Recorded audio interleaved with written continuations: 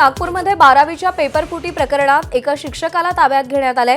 प्रदीप जांगडे असं आरोपीचं नाव असून हा या प्रकरणातला 7वा आरोपी आहे। प्रदीप जांगडेनं अटकेतील दिनेश कोटांगले याला व्हॉट्सअॅपवरती पेपर पाठवला होता आणि दिनेश कोटांगलेनं तो पेपर ट्यूशन क्लासेसचे संचालक मुस्तफा खान याला पाठवला होता।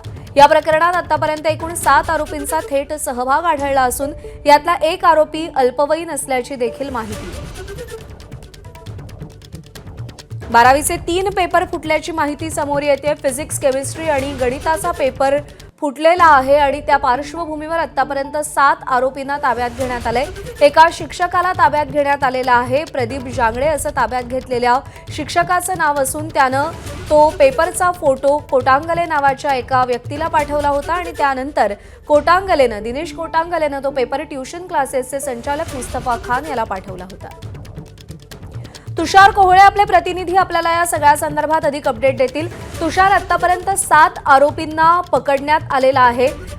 हे सगळं कुठपर्यंत जाऊ शकतं आणि या आरोपीनं या संपूर्ण पेपरफुटी प्रकरणात काय भूमिका बजावली होती?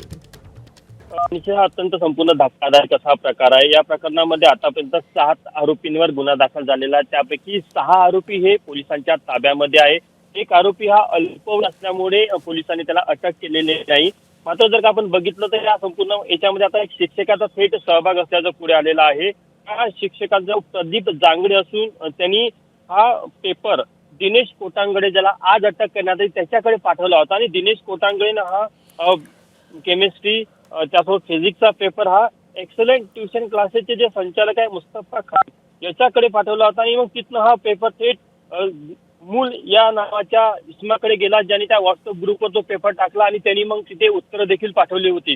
त्या संपूर्ण प्रकरणामध्ये आतापर्यंत 7 आरोपींवर गुन्हा दाखल झाला असून 6 आरोपी थेट पोलिसांच्या ताब्यात आहे। 5 आरोपीला पोलिसांनी अटक दाखवली असून त्या शिक्षकाला देखील त्याच्यावर गुन्हा दाखल करण्याची प्रक्रिया सुरू आहे। थोड्या वेळामध्ये याला देखील अटक दाखवलं जाणार आहे। मात्र अत्यंत धक्कादायक असा हा प्रकार आहे। आता संपूर्ण परीक्षे संदर्भात महामंडळ काय निर्णय घेतं हे बघणं महत्त्वाचं आहे, कारण की बोर्डात अजूनही असं नाही की हा मास कॉपीचा प्रकार नाही। 10:30 नंतर घडलेला हा सगळा प्रकार आहे पेपरच्या दिवशी, त्यामुळे ही मास कॉपी नसल्यामुळे कोणतीही पेपर परत घ्यायची गरज नाही। मात्र कुठेतरी तांत्रिक गोष्टीच्या आधारावर हा पेपर लीक झालेला आहे। यामध्ये जे कोणी दोषी असेल त्यांना कडक कारवाई केली जाईल आणि बोर्डाअंतर्गत किंवा विभागाअंतर्गत असा कोण शिक्षक आहे किंवा असा कोण आरोपी आहे जिने हा सुरुवातीला पहिल्या स्टेजला पेपर लीक केला त्याचा तपास पोलिसांकडून केला जात आहे। तुषार, धन्यवाद दिलेल्या सगळ्या सविस्तर माहितीसाठी।